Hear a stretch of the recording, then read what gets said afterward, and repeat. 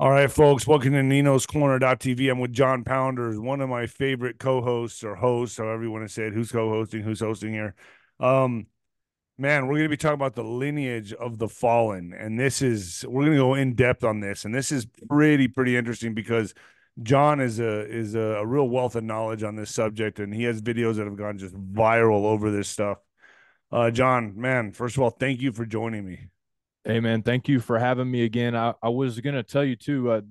I wanted to shout out one of your listeners. I met her in Florida, and she says she watches like every single show that you do. And her name's Gigi. To me, that's what her grandkids were calling her, Gigi. But she was like loving it, and she saw me on there. It was really cool. So What's up, it's Gigi? been yeah. She's a big. I guess just like I said, man, she couldn't say enough good things about you. So it was really cool. But I'm glad to be back on, man. It's been a little bit, and this subject right here, I think, is really more important than what a lot of people might even guess it is. Yeah, because the more I'm researching this, the more I'm diving deep into these interviews and guests.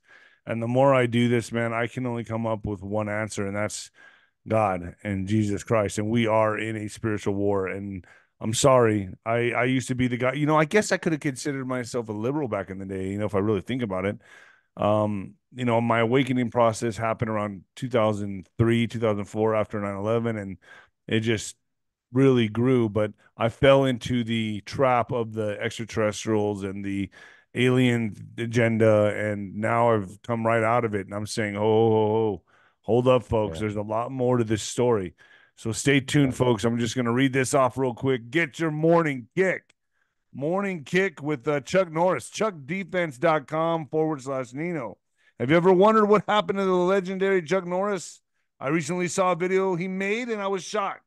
He's in his 80s and still kicking butt and working out and staying active. What's even more shocking is he's stronger, can work out longer, and even has plenty of energy left over for his kids, folks. He did this by just making one change. He says he still feels like he's in his 50s. His wife even started doing this one thing too, and she's never felt better. She says she feels 10 years younger. Her body looks leaner, and she's got energy all day. You know what that means.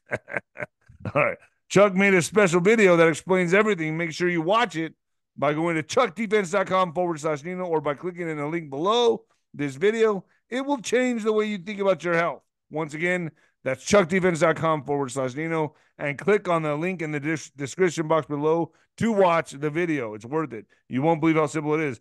And by the way, just a reminder, Chuck Norris is 81 years old and yet has more energy than me. I'm supposed to say that. But he discovered he could create dramatic changes to his health simply by focusing on three things that sabotage your body as we age. Watch the method by clicking on the link below, folks. Get started.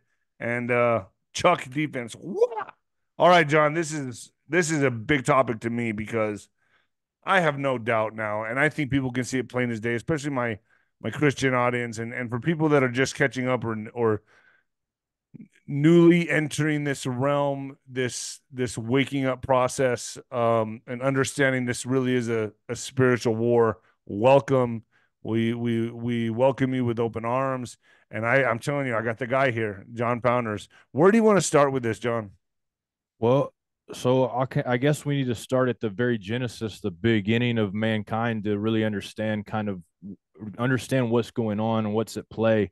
And I've been studying this stuff. I've been obsessed with it since about 2010.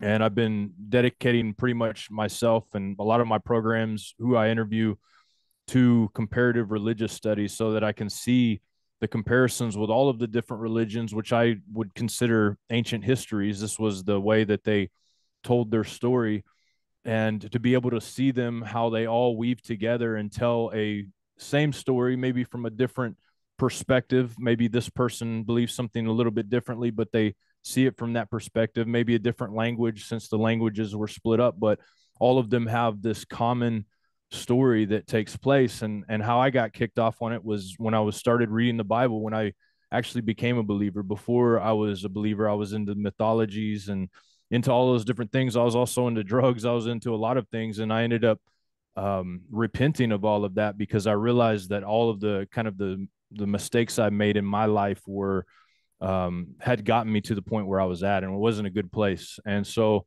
I started reading the Bible. I thought, I'd studied the Bible because I had to in school my whole life because I went to a Christian school. And so I actually wanted to read it, right? Because before I read it, and none of it really made sense to me. I could care less about what it said.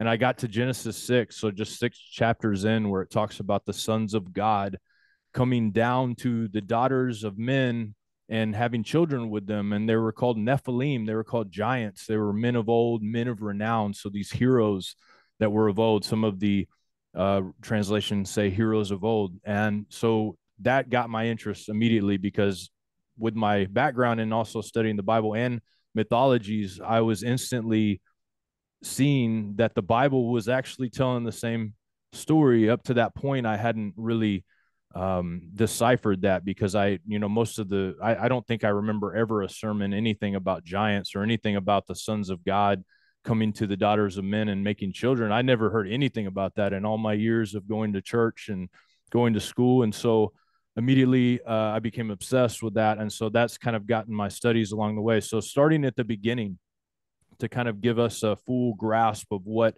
is going on within the Bible, but also within ancient texts like the 𝗬𝗏 and all of these other emerald tablets, some of the oldest stuff you can find on religion.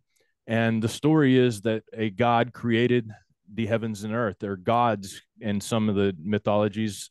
Gods created the heavens and earth. They created their own humans.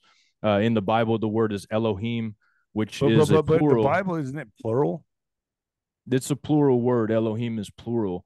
And interestingly enough, the Bible speaks of these entities that were supposed to be the ones who were watching out for mankind, kind of watchers. That's why they were called the Watchers in the book of Enoch. And I believe that there was a special group of man created by the all creator, which the one who is over everything. Okay. The most high God is what it refers to him. The capital G God. The capital G God created Adam and Eve within a structure, and gave them eternal life, gave them all of these things, but then they messed up and they were taken out of this environment and put in an environment where I believe there were other people. Otherwise, Cain would not have been everywhere that he ran had there not been other people outside of the Garden of Eden. And so I believe that what makes you say that? Well, in the Bible, in Genesis, it says that God created the heavens and earth, and then it goes on and it says he created man.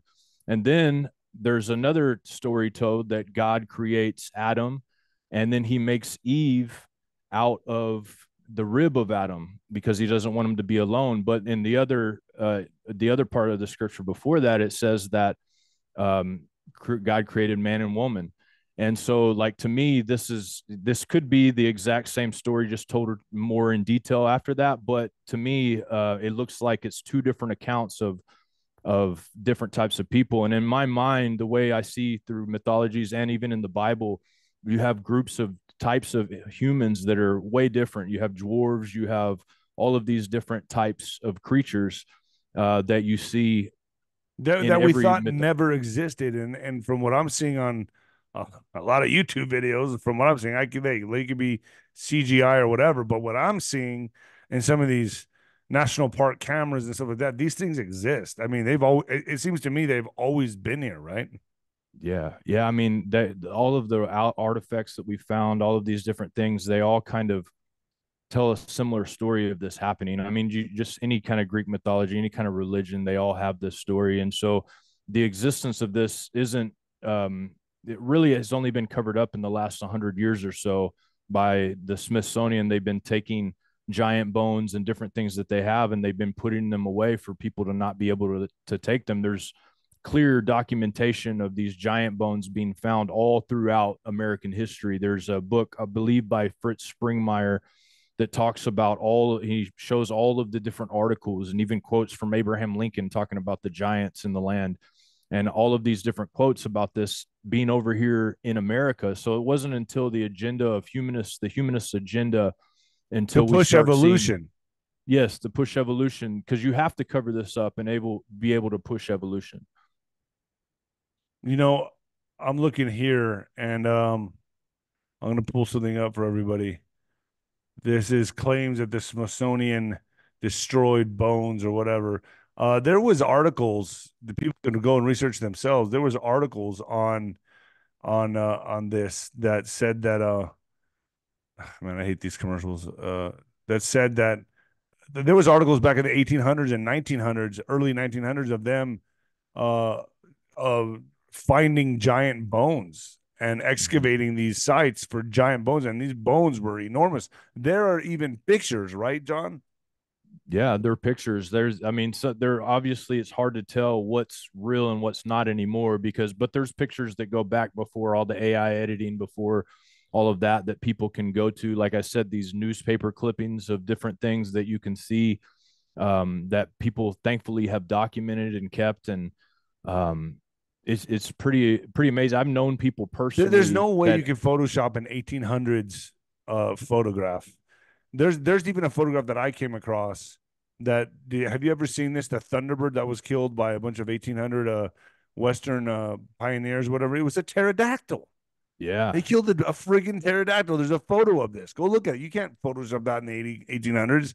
But it says yeah, here claims that the Smithsonian Institute admitted destroying thousands of giant skeletons in the early 1900s originated on a website that identifies its content as satirical or fictional.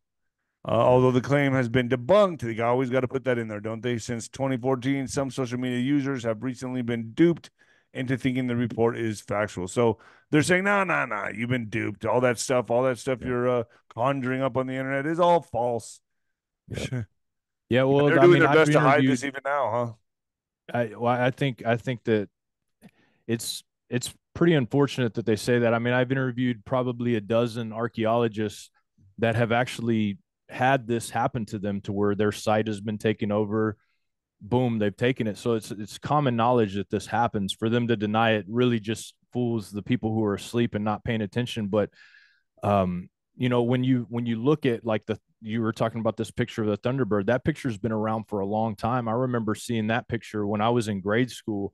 They would show it in our science books because I went to a Christian school, so they would actually show a lot of this stuff in there, and they would show this beast that these Japanese fishermen, I believe, pulled out of the water that looked like the Loch Ness monster. So they had these different things in our science books that showed us, but in a public school system, you're definitely not going to get that.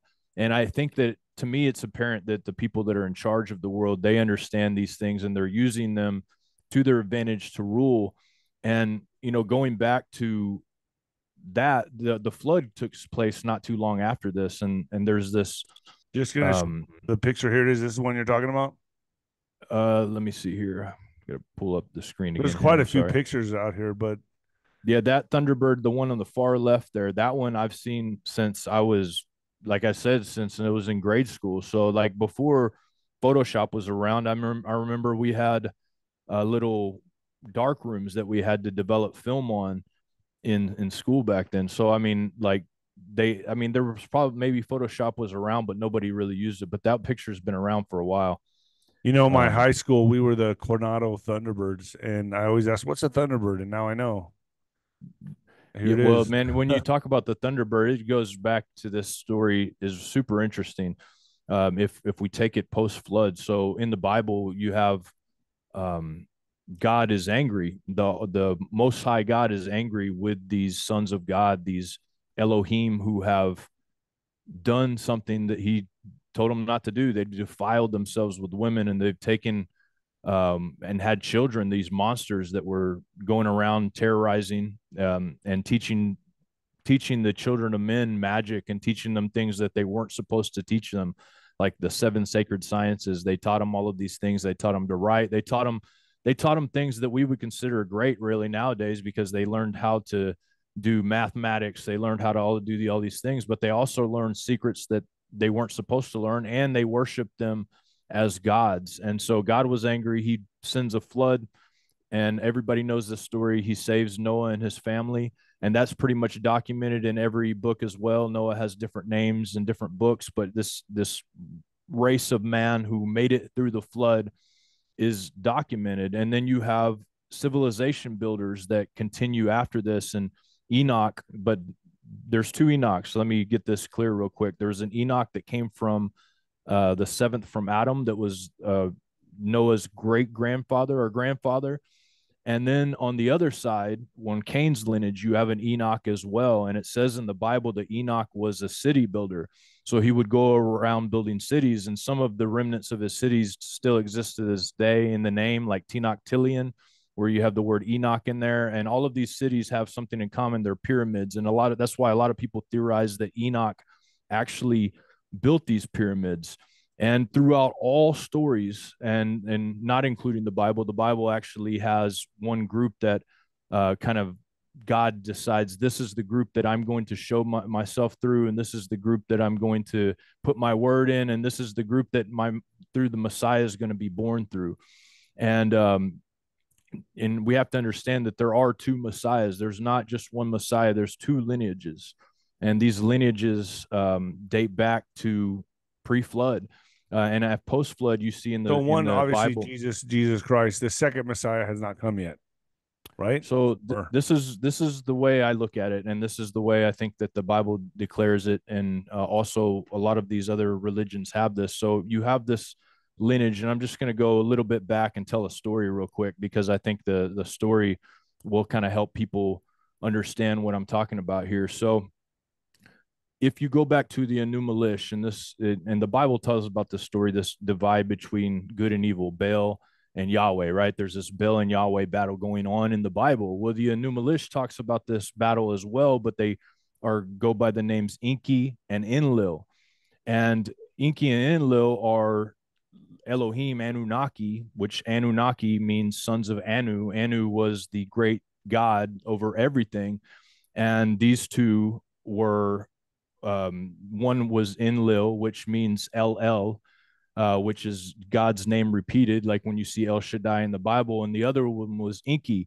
And this is biblically, this 𝗥𝗃 would be described as what we know as Baal, as what we know as Hercules, as who we know as, let's see, in Marduk in the Babylonian religions, this God king who sets himself up above the council of gods and decides he is going to be the one who takes over as he destroys the people of Enlil. And you see this shift happening because post-flood, you have Noah and his family kind of reigning over everything. And then all of a sudden you have the introduction of these giants again. You have Og of Bashan, and he was known as the Rephaim king, which Rephaim were another term for giants, but it literally means the dead. He was the king of the dead. And it says that his bedstead was like, I don't remember how long, I want to say like 9 feet or whatever long. And he was a giant. And there was other giants mentioned. There was giants mentioned who had 6 fingers and 6 toes, 2 rows of teeth. Giants mentioned who were tall as cedar trees. Which we have heard that the Kandahar giant possessed the same 6 fingers, 6 toes, and 2 rows of teeth. Correct? Wow. Yeah. Yeah. L.A. Marzulli talked about that. Yeah. Yeah, and so you have Og, who in the Bible it says he had 60 walled cities, and these were what we would consider Aryan cities, like the Aryan civilization, which is why there's a lot of obsession with factions that are in high levels with the Aryans and their domination, because they believe this is where they came from. So you have these two groups, and then around the time of Nimrod, which 𝗫𝗓𝗏 maybe, or some people call Marduk, depending on the text. And then, but he decides to basically bring the whole world under his subjugation. He takes over the entire world, and the Bible describes him as building a tower that it goes up to the heavens. Other texts describe it almost as a portal, like he was trying to have a portal into heaven so that he could storm the throne room. In the book of Jasher, there were people that wanted to storm the throne room of Most High God in revenge for what happened to their siblings on the other side of the flood. So you have this epic battle that they're trying to take place, and then God sees it and he's like, no, we're going to do something just a little bit different here. How about this? Boom, we're going to split the languages, and we're going to divide the earth. It says in the Bible, in the days of Peleg was the earth divided. So this is where you get this Hyperborean kind of idea. And so the only way to kind of trace these bloodlines is through their religious practices. And you see that the religious practices of these people, I did a show about the shamanism and Gilgamesh, the dwarf pygmy king, and he was the interestingly enough, he was the father of Gilgamesh, and his name was 𝗬𝗏𝗏𝗧𝗏. He was the dwarf king, and he was there's an epic called Epic of 𝗬𝗏𝗏𝗧𝗏, and this is where most of the religious practices of these people start with can I share my screen here? I think I can. Go. I'm going to try absolutely. to do that. I want to show you guys something here. Let's see, maybe not that one, this one right here. So you see this common story here, and of the feathered serpent religion, and going back to this. And so they all have this common story. And this story, I'll just tell the story of 𝗬𝗏𝗏𝗧𝗏, just a truncated version to kind of get people understanding. He was known as a mighty king. He was a dwarf king, but dwarfs back then weren't considered kind of what we consider dwarves. They were super strong according to all of the epics. They could pick up boulders and smash giants with them. They were really, really quick, and they didn't tire very easily. And this dwarf king was they were on a mission, and he fell sick, and his friends sounds like Lord of the Rings. Yeah, it's basically the story of Lord of the Rings, but the actual original version of what is taking place here. There, all these stories all tie into this, but he finds this cave to go and maybe die in, and just hope that he survives. He enters into this cave, and as he's there, there's this little plant and this drink, and he takes these things, and all of a sudden he's transported in this journey up this cosmic tree. And can you guys see my I wonder if that here? could have been ayahuasca. Well, there's a lot of people that say that could be that. There could be mushrooms. Like one of the stories is there's this serpent that looks like, that has big giant white breasts, that you would eat of her breasts, and then you would ascend the cosmic tree. And that sounds like mushrooms, but also ayahuasca. He drank something and he had this experience. And of course, in shamanism, this is ancient practice of being able to attain the spiritual realm. So if you guys can see my screen here, can you see my screen? Yeah, the world tree. Okay, so this cosmic tree here, it's always pictured as going through the earth, and at the bottom you have the roots, and at the roots there are these serpents that are at these roots of this cosmic tree, and this tree goes up all the way to the very tops of the firmament, to the tops of heaven. And in this tree you have this thunderbird, what we would call a thunderbird, but they called it the Anzu bird, or the feathered serpent, that was at the top of this tree. And so 𝗬𝗏𝗏𝗏𝗧𝗏 starts taking this journey. He's climbing this tree. He goes all the way up to the top, and he gets there, and he sees this baby Anzu bird laying there in this nest.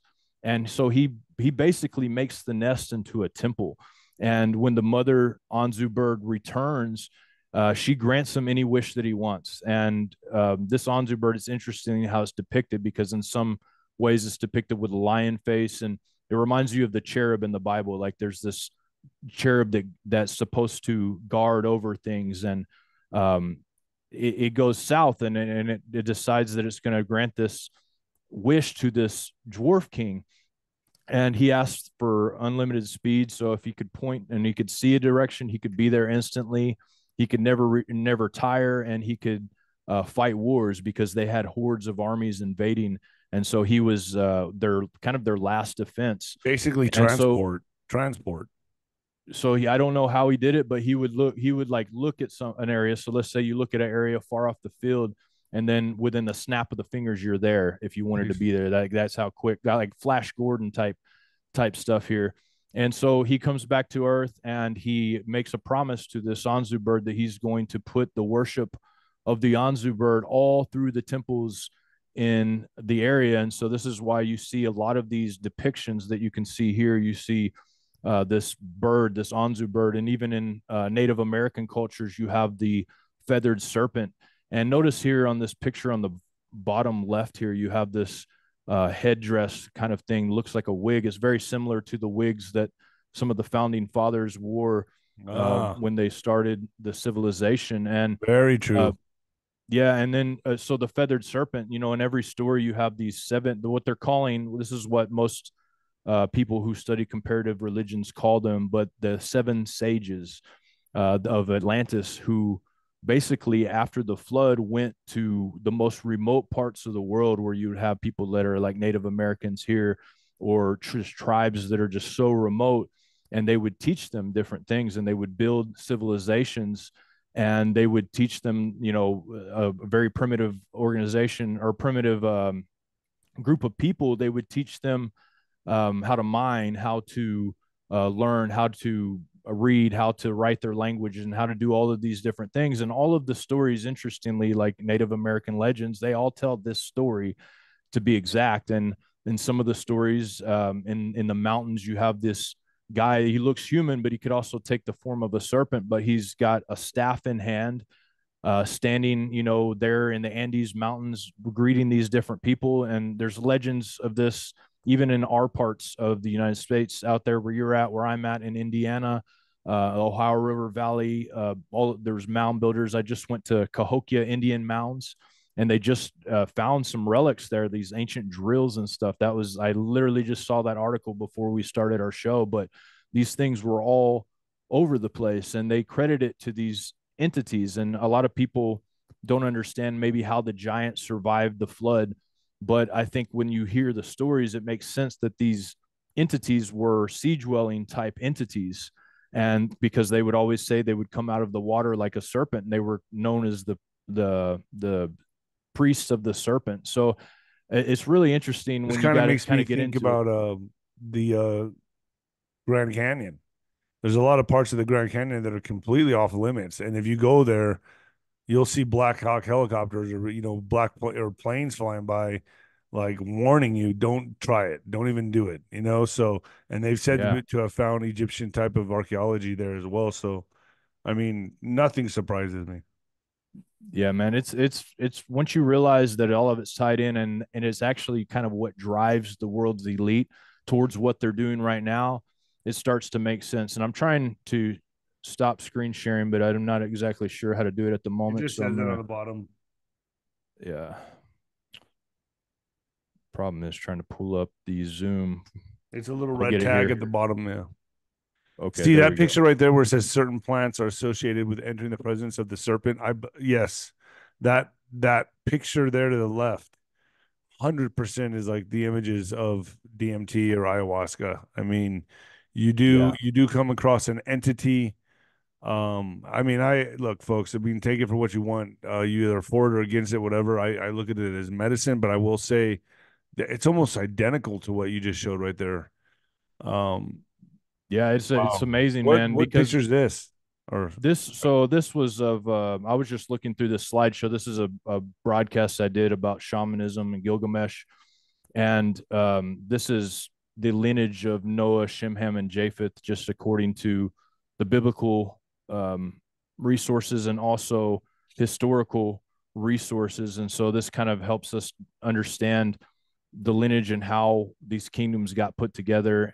Is that an actual statue right there, or is that just I don't think it's an actual statue. I think it's just an AI image, probably, to be honest with you, or some kind of somebody put it together. I just kind of found that one together. But when you go back to do these families and kind of tying in how they propagate this religion, because there's certain ways that this religion has to be propagated. You see a migration pattern going from post-flood to Mesopotamian area. This is where you get the Anunnaki stories that are there in Mesopotamia. Then you see a migration of them to the Levant, where areas like Lebanon, Israel, Turkey, all of these areas where they kind of dominate the scene in these areas. And this is the area that ultimately Noah would the Middle East, where all the conflict is now. Yes, sir. Yeah, in the Middle East. And Nimrod, a lot of people don't know this, but the Hungarian people, they claim their lineage from Nimrod, and you can see it in their lineage. And this is where you get the Mongols. This is where you get people like Attila the Hun. This picture right here represents, in Hungary, there's the Order of the Dragon. King Charles is the presiding member over the Order of the Dragon, and he is the direct heir of Dracula, for instance. And so you have this continued thing. But what I wanted to tie in here is the common practice that a lot of these people have in their practices. And in the Ugaritic text, which is where you find most of the texts about the Rephaim, which is where you find, this is in the area of Byblos and all of that, you have these stories that take place. And in this text, you have the I'm trying to think on how to say this here. You have, I'm going to give a kind of definition of the Rephaim real quick first, because this will help you understand. But the Rephaim in the Ugaritic text, they have three different levels of them. The top being a llama, which means they live forever. And then there's like a second level and a third level. The second level being what we know as the shining ones. For example, Lucifer, his name in the Hebrew is Hallel bin Shahar. Hallel means shining one, bin means son of, and then Shahar. So son of a star, son of something. He's not actually the devil himself. He's the son. He's a breeded being that is part God, part man in this text. And a lot of people don't want to see that for what it is, but it's pretty clear to me that this is the son of something. Why you include bin in the name, in the Hebrew name, if it's not a son of Shahar. And if you look at Shahar, you can find multiple things on that entity, but he is a shining one. And you see this with the 𝗬𝗏𝗍 in the Irish text. You have these shining ones that are defending them in battle. And you have like I said before, you have the feathered serpent in this side of the world. You have the same kind of entities that, according to all legends, So let me ask you go this. to Hyperborea. Could there be any truth to a lot of the people that have come on my show and talked about this? But they say like could these be alien gods? Could they be outer space alien gods? Could they be from different solar systems, different constellations, all trying to rule this planet? Could that be it? I mean, this is kind of where my mind's going with this.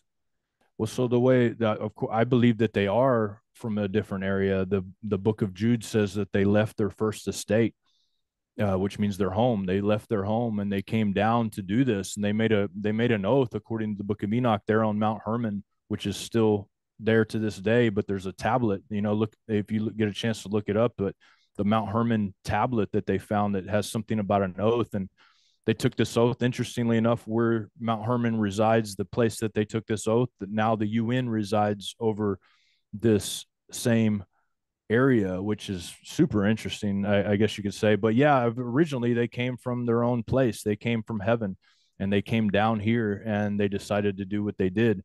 And there's a lot of reason that. So could we say an alien? And look, a lot of people are going to take this wrong. Whatever. Just hear me out. Yeah, I'm trying to figure this out. But could we say an alien type overlord or God came here and put humans on this earth, and then the angels that fell from heaven came from other planets or solar systems? I mean, if you believe in outer space, a lot of my viewers believe the earth is flat. There's a firmament. I think there's something out there. I believe that pretty much too. Go ahead. You said what? No, I was going to say, I believe that as well. I believe that there's a firmament. All ancient texts believe that. And in order for me to believe otherwise, I'd have to go by the word of NASA or go by the word of some humanist text that I don't agree with. That's also anyway. Pushing evolution and the whole thing and science. And yeah, I mean, so you really got to go back into these texts to figure this out, which you have done, which you do extensively.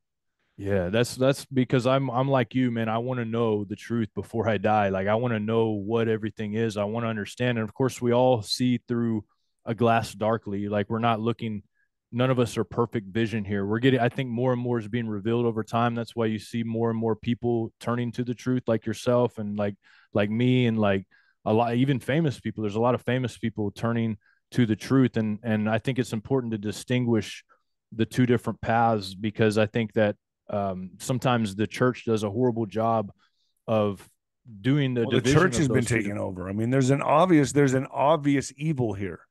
And yes. I think people see that more than ever, especially these last 40 years.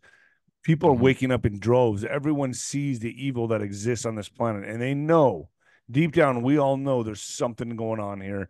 A lot of people are being led back to Christ, back to the Bible, and really trying to find this out because, dude, it is so obvious. It's getting exposed at such a rapid rate. There's no denying it.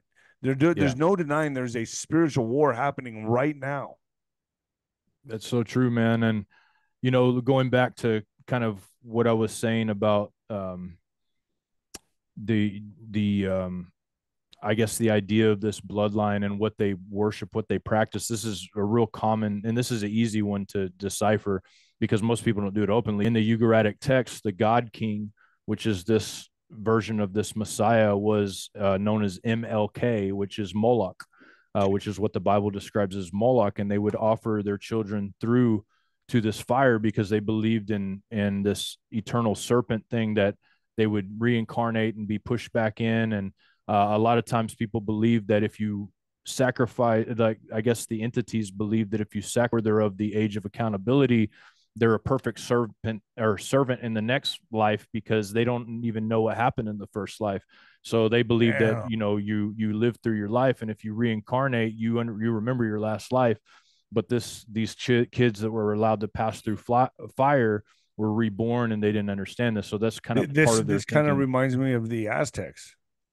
Exactly. Yeah. Aztecs had the same practices, and look, the elites of our country, the ritual cremation of care that they do over there, like this stuff when you start to look at the undertone of this, it's super sketchy how deep this stuff goes and how many people are actually involved.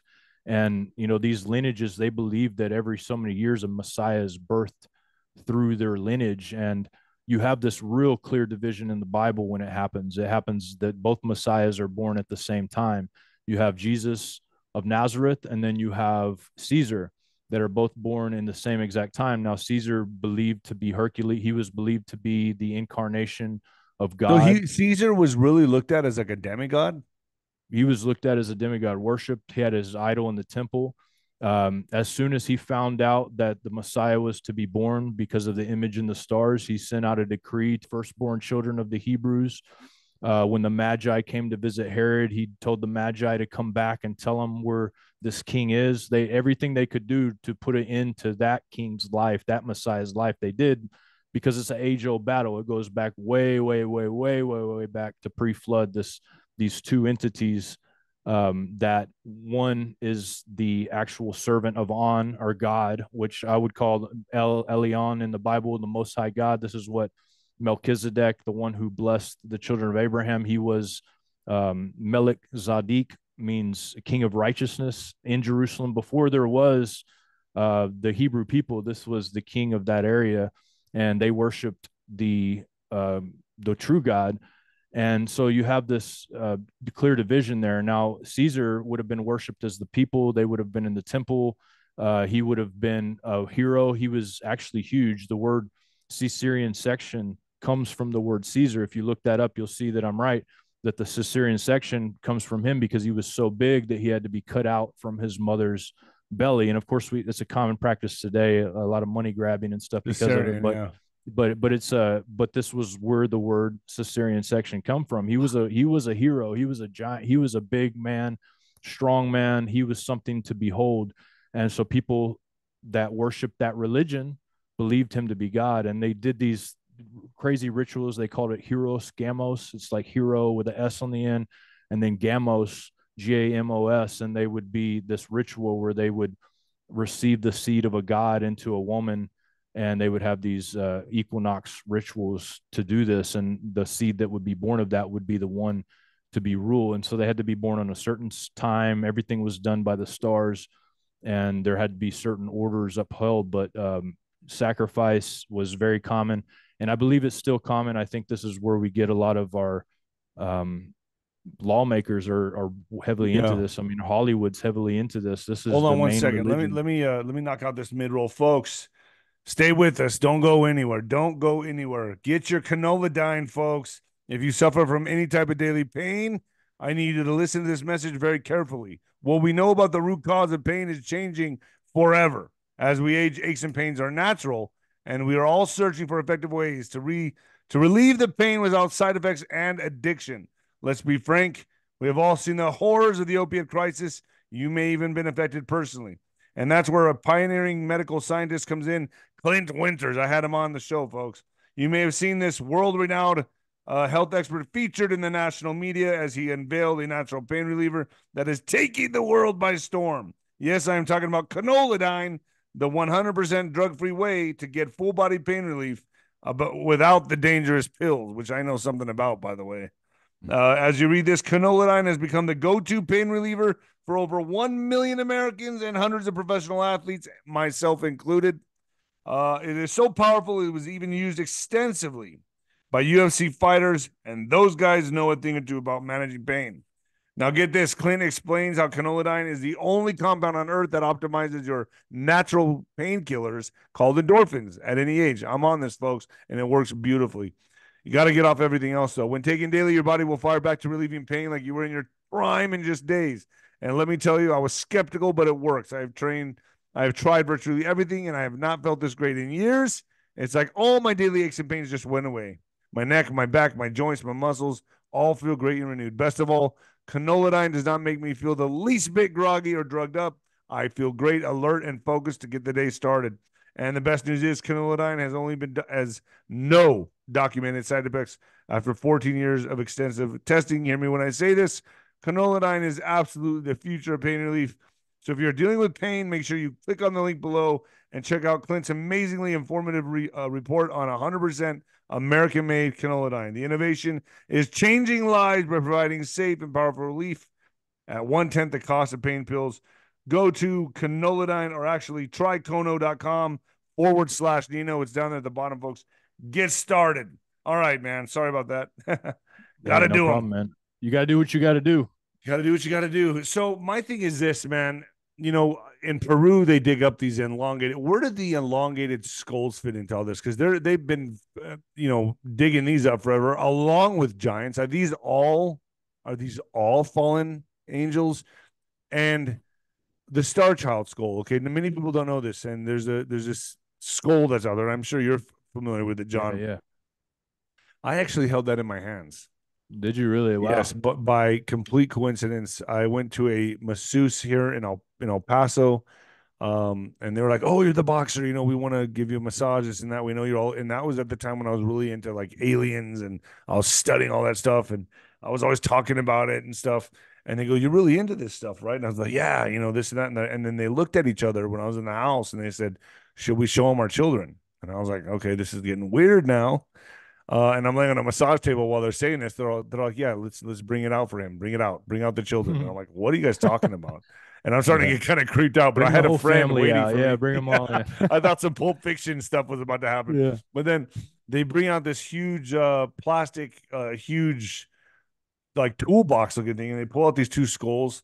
One was a human skull, and then one was the Star Child skull. And I go, "Oh my gosh, I've seen this before." Andrew Lloyd Pye and all these great historians and scholars have talked about this stuff. And so I looked at it and I got to hold it, and boy, let me tell you, not human at all. So I held that thing in was my hand. It was children? light. It was like paper light, but more durable than a human skull. But paper light had two different lobes on it, the whole thing. So I'm just wondering, was I holding a fallen angel? Was that what that was? I mean, what the hell was I holding in my hands?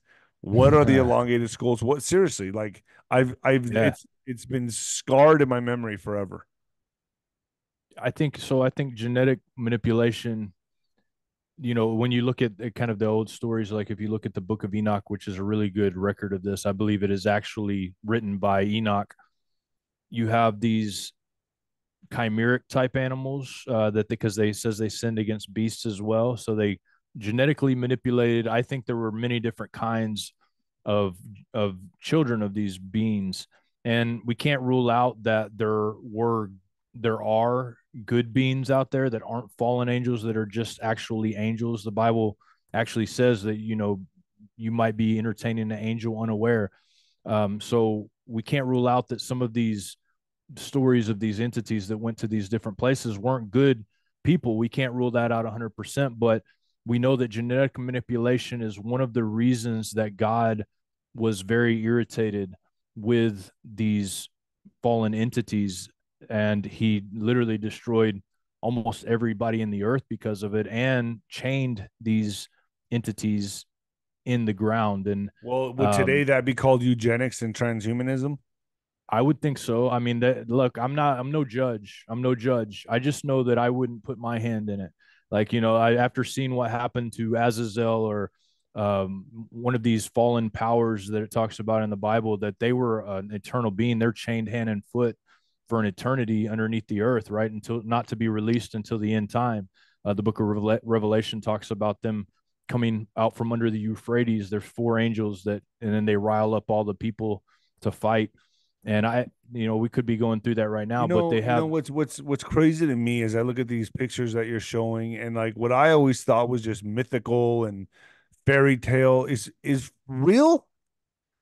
I think so, man. I really believe it is. If it's not real, then the humanist idea is real. There's no, like, to me, that every record of everything tells the same exact story. And for me to Across the believe globe, across the world, I'm not going to say globe, but I'm across the land. Let's put it that way. I stand corrected. Yeah, no, yeah, but I really believe that this is, and look, I just want to show you a couple more things. I'm just going to show you this because I think that it kind of helps understand what we're dealing with right now. So can you see my screen? Yeah. Okay. The 𝗏𝗊𝗍. So the 𝗏𝗍𝗍 were the Gauls, where we get the Gallic people in history, and there's record of them in the history of the kings of Britain. This is a historical record written from the time of the first kings of Britain all the way through. Really, when I say there's certain parts that are a fascinating read, because you get to a time period called the Dark Ages, where you have this king called King Arthur. So everything changes. You have this Merlin, you have these different characters, you have these wizards that come along, and the 𝗏𝗍𝗍 were known as these tall wizards, and they had these ancient practices that are just disgusting. I won't even tell you all about them, but they are druids. This is where our druidism comes from. And believe it or not, this is what all of the kings of Britain, even up to this point, preside over the Druid order. And so King Charles presides over this Druidic order that passes down through here. And then you have, okay, I already said that. And then you have this continued order of the dragon that kind of comes out through that. And this is the one I was talking about, how King Charles presides over that. And then you have the Wales coat of arms that has the two red dragons, but his coat of arms actually has all that stuff too. And I believe that, and I'm not just going to say I believe, for people that really want to research these bloodlines, I suggest Lawrence Gardner in his works. He was the director of antiquities for Scotland, and he was a genealogist for a lot of these royal families. And so he did a genealogy of what they believed their bloodline to be. I don't want to slander them or say anything evil against them. I'm not doing that. They admit to this themselves. These are their bloodlines. And is so this where the Antichrist is supposed to come from? I think that it's the messianic child. If what I'm saying is correct, through all of these different places, they have to come from this bloodline. And Lawrence Gardner did a really good job of summing up the bloodline. He actually has brackets that show all the way, boom, boom, boom, boom, boom, boom, boom, boom, all the way down. And they all funnel to King Charles' bloodline. Every single significant king who's ever existed in the world funnels here, which is why he is the actual king of Britain. And now I'm not saying King Charles is the Antichrist, but there is a person who would. Tim Cohen, he wrote a book. I'm interviewing him tomorrow. You're gonna love it. You're gonna love it. Tell him I said hello. You want to jump on with us? I mean, I would, dude. I enjoyed. Okay. I enjoyed talking to him. Let me know what time. I can't be 100% about that because my son's birthday is tomorrow, but it just depends on the time. But I've talked with him a couple times, and man, 11 a.m. He will like take this stuff and he'll show you exactly what I'm talking about. He believes King Charles is the Antichrist. He believes it fully, wholeheartedly. Yeah, he believes it, and I believe it's possible. But I believe that if not, then his lineage will continue. But all of these bloodlines filter here 100%. Like I said, Lawrence Gardner, if you're looking for bloodlines, if you're looking for genealogies, the guy's got it recorded in all of his books, and he's got the Grail bloodlines, he's got the Ring Lord Bloodlines. He's got all of those different things condensed down into like 3 different books. He's not a Christian. He was actually a 33rd degree Freemason, and like I said, director of Antiquities of Scotland. So he's going to be probably practicing all these things we're talked about, and he's dead now, so he's not doing it now. But this is the kind of guy you're learning from, just so you know. So not everything he says you can take as gold. But you see the continuation of all of this stuff as the British people come over to America. Well, but you there also you go. see The before we get, Quetzalcoatl, the feathered serpent, appeared in Mexico. that's right, and it's been there for, and you even have it up here. I was just at 𝗀𝗃𝗃 Indian Mounds in St. Louis, and you have the feathered serpent there as well. So it's everywhere, and America was named after the feathered serpent. The etymology of the word America means land of the feathered serpent. It's real clear, and you have the Thunderbird symbolism all over the American tribes, and you all the countries that identify with this Anzu bird. There's probably more that I'm not aware of, but Is these that are why some there's of a the. bald eagle as our national symbol? It was supposed to be a phoenix originally, but they decided to make it a Wow. bald eagle.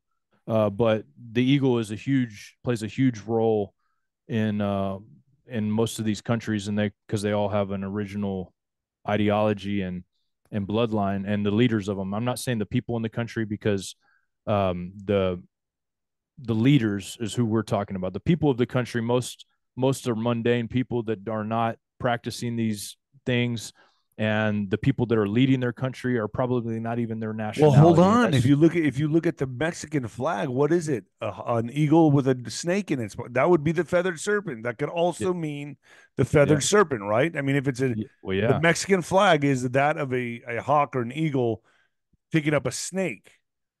Even in the there's an old Mexican depiction of that same image, but it's a green eagle who's holding these snakes. Have you seen that one? It's a No. actual green eagle, which gives to that whole idea you're talking about. Another thing that for people who are interested in reading old texts like me, second Esdras is Ezra in the Bible was first Ezra. This is second Ezra. It's an apocalyptic text, but it talks about this eagle that presides over the world, and it has 3 different heads. And it talks about how all its feathers represent different countries, and they come and they go. They rule not all at the same time, but they rule over all of these kingdoms. And it talks about how one day it'll be put down, it'll be remembered no more, and all of that. But this is another representation of this same exact thing. And it's, to me, I think that out of all the things that I've learned about all of this, there's a clear, to me, a division of good and evil in the 2 different practices. The evil that a lot of these people, they want to dress religious, they want to appear religious before men, but when you meet people and you kind of understand who they are, you start to see the fruits of who they are and what spirit drives them in this earth. And you would have the spirit of the earth who drives people. You see people driving themselves to death by overeating. You see people driving themselves to death with drugs, with sex, with all of these different things, because they've chose to follow the god of this world, which 2 Corinthians 4:4 talks about the god of this world blinding people, being Satan.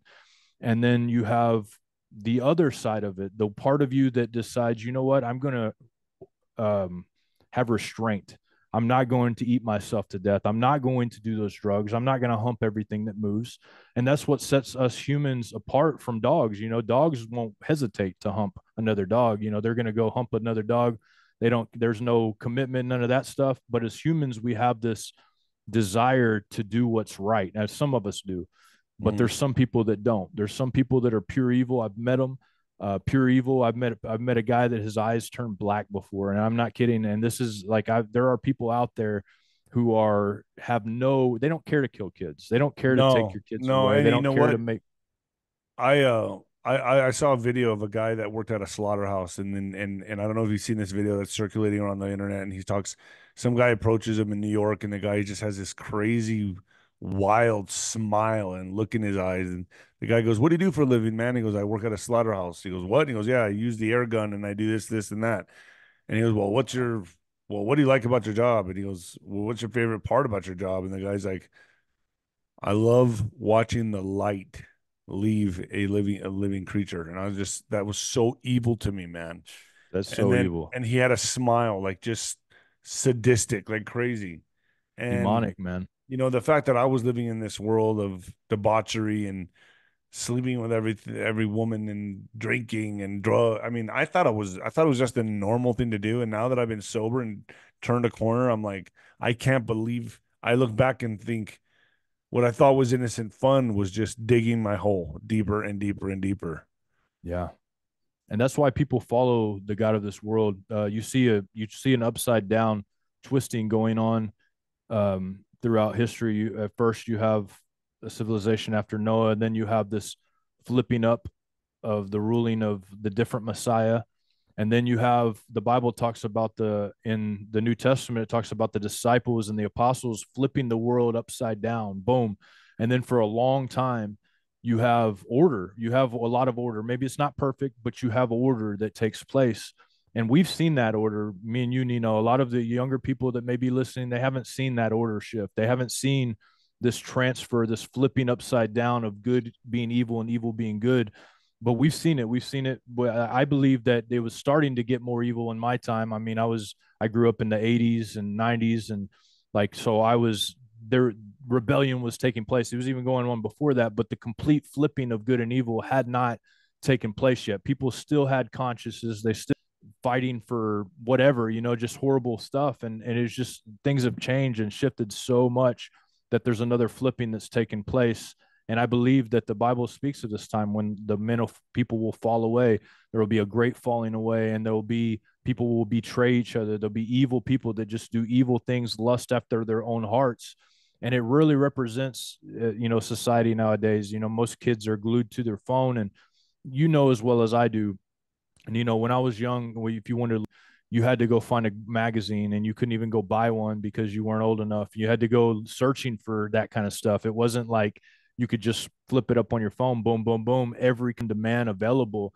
And these sexual sins actually go along with a certain demon known as Ashtaroth. And I'm sorry, I believe it is Ashtaroth. It's one of the demons who is associated with sex. And one And of Baphomet the as well, right?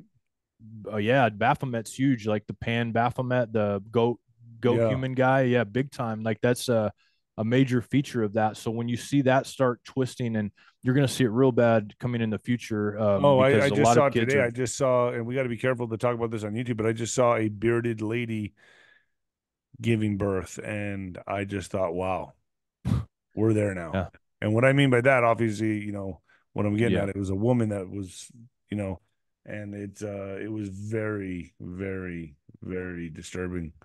yeah. But And this is what that's we're where going to we're see, at man. now.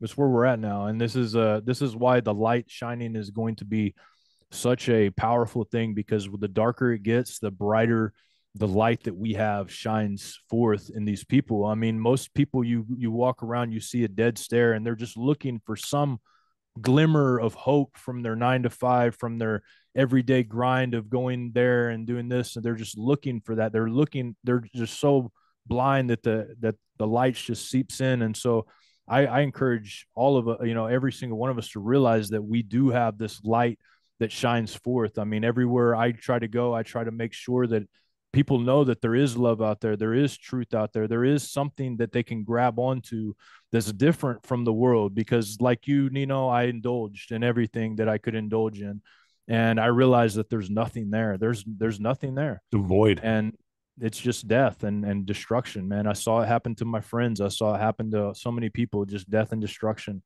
The And crazy thing with me is that I saw it happen this last couple of years. Really, the last year, I've lost 4 friends that were all into the same lifestyle I was, and I was considered the crazy one to these guys. They would always say, "Man, Rodriguez is crazy, man. That guy this, that guy that, man," and then they're gone. yeah, Like I man. barely missed that. Like I got through like by the skin of my teeth, dude. And Yeah, here I am, like it's a miracle I'm even here, dude. So and the fact that the hindsight's 2020, man. When you look back, it's like, wait, what? I feel like I'm on this elevated mountain or just a plane where I'm looking down and I'm like, oh boy, that was not good. What was I doing? Like, why? Even boxing, the whole thing was just service to self, and Yeah. dude. I just feel like I was drowning in a blackness, an ocean of blackness, and I just got somehow or another just a net scooped me up, dude. And obviously Amen. Jesus That's awesome. Christ, 100%. When I That's gave up my amazing, man. drinking, he started working in my life. So I That's tell everybody, amazing. start using, give up something, take the leap of faith, and the net will appear. Right? I agree, man. Get in the fight. That's an awesome story, Nino. I love that, man, because like people think that they're gonna get to a certain thing, it's gonna make them happy. They think, oh, if I attain like you, like if I'm the champion, I'll be happy, or if I get this amount of money, I'll be happy. If I get this, but this it's never They think there. it's a You destination. They think it's a destination when life is truly a journey of, and that, sometimes it's, for me, I was a slave to my impulses and yeah, and serotonin dumps and like adulation and adrenaline. Like that's all that I lived off. I lived off that drug, and if I wasn't fighting, I was drinking and partying and doing drugs to keep that high going. yeah. Truth is, if you can sleep at night and you have peace, that's happiness for me now. That's what everybody's shooting for. That's why they're trying to get more money. That's why they're trying to get better at fighting. That's why they're trying to do all these things because they're shooting for that.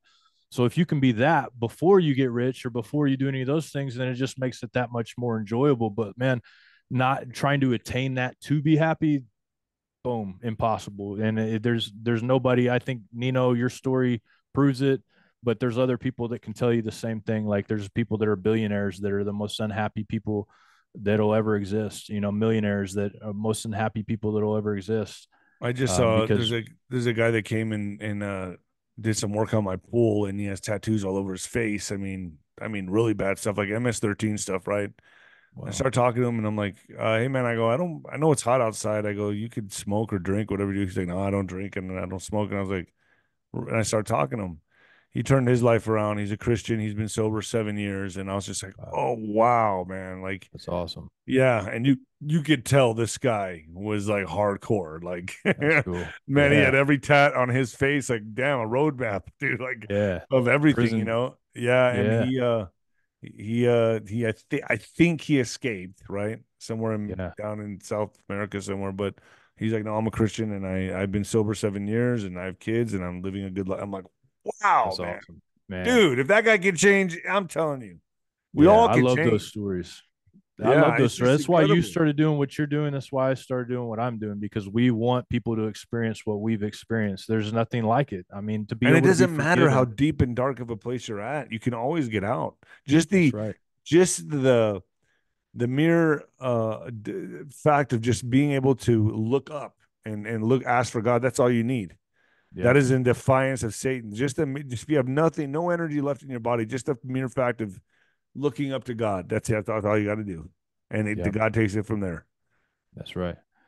That's right, So man. Yeah, and I appreciate sharing that. All as always. There's a lot of people that they're really kind of scared to share that part of their life, but man, that's what makes us. A lot of people will even deny it after it happens. Their life will get flipped over, but like to be able to feel that like I can't think of any better gift that any human can ever receive because that's really to me that's true happiness, that's true peace. And even when turmoil is going on, the ability to be able to realize that you are bigger than this. You're greater than the one who's in the world because you're this communion with God now. You have the one who created everything, the one that can take the life out of somebody's hands just like that, and you have that behind you. It's a different feeling than going through life alone, thinking that you could have to act on your impulses and just run around like an animalistic person. That's not the way we have to be. Nobody wants that. I don't know how many times, Nino, probably you would the next day be like, man, why am I doing this? Like, I just yeah, want to stop. Sucks, man. Like, what is going on here? And then, but you be right back into it. Boom. As that's soon as the opposite. everybody. That's most Yeah. everybody. Yeah, my Yep. dad can't believe it. My dad's like, I can't believe what you've done with your life. That's He awesome. goes, I never saw this coming. He goes, I thought you were done like my daughter because my sister died of Man, alcoholism. So my dad thought I was next, and the fact that that's I awesome. pulled this 180 out of my ass and did this, it was all through God, obviously, but Yeah. is even my friends, they can't believe it. They're not stopping. They're still going, but they look at me and they look at me like I'm an alien. Like, Yeah. I don't have any friends anymore, to be honest with you. I don't really. I have some friends, some new friends I've met through this industry that we're doing podcasting. I don't have friends anymore. I don't. I have no desire to go to the bar and sit there and just look. It's just, it's over, dude. I've just Yeah. moved on, If you have and a purpose in life, it's hard to do all those things anyway. yeah, You're busy, you have a purpose, you're trying to do something, and a multitude of friends all to me, and I'm the same way as you, man. Like you could have told the same. I could whatever you just said, that's me too. But I don't have a multitude of friends either, because that's just a multitude of drama, a multitude of time you got to spend here or there. less It's people, less problems. That's for sure, man. And ultimately, when I first became a believer, I was alone in the walk. Like I didn't know. I was just. I had to be alone. I had to like figure out what was going on. I had to like. My wife was like, "What is going on with you? Like, you get out of jail, and all of a sudden you've got this. You're all about the Bible now. Like you're reading, like all this stuff." And my friends that I knew my whole life were still doing drugs, and of course, every time I talked to them, I'd be talking to them about what happened, and none of them could really No, understand. They thought I was just trying to beat a case or something, but it was like it was real to me, and it was something that just transformed my heart instantly. It was amazing. Like, yeah, there's all kinds of other things that I had to like shuck off over time. Like I had a lot of issues through life. You go through things at a certain age, you're going to go through a lot of crap, and that lot of crap's going to destroy your mind in different ways. And so I was always, God's always renewing my mind. He still is to this day. I mean, I'm 40, almost 42 years old, and God's still renewing my mind. And we're talking back 2010. So like that's a lot of time to renew somebody's mind, but it's really taken that long for me. But that peace is still there. The knowing that God's there, and knowing that my situations are laid out for me, whether I know it or not. I always have my plans, but you can probably say the same yeah. thing. You think you got plans, but ultimately your plans are laid out by the Father. I used to look at people that changed their life and went to God as or got married and had kids and I used to be like, oh gosh, they just can't hold up, man. They can't keep it going. They're losers. And Yeah. after everything that happened to me in my life, it's like my karma tab was like in my 30s, probably around 33, 34, 35. I was like, that's when the karma tab gets. It's like, oh, by the way, here's your bill, sir. It's Yeah. like my karma tab. And I was like, oh, whoa, this is what I owe, for all the Yeah, fun man. I was having. And then that's it. Then a period of darkness happened in my life from like 32, 31 years old, really, to 42.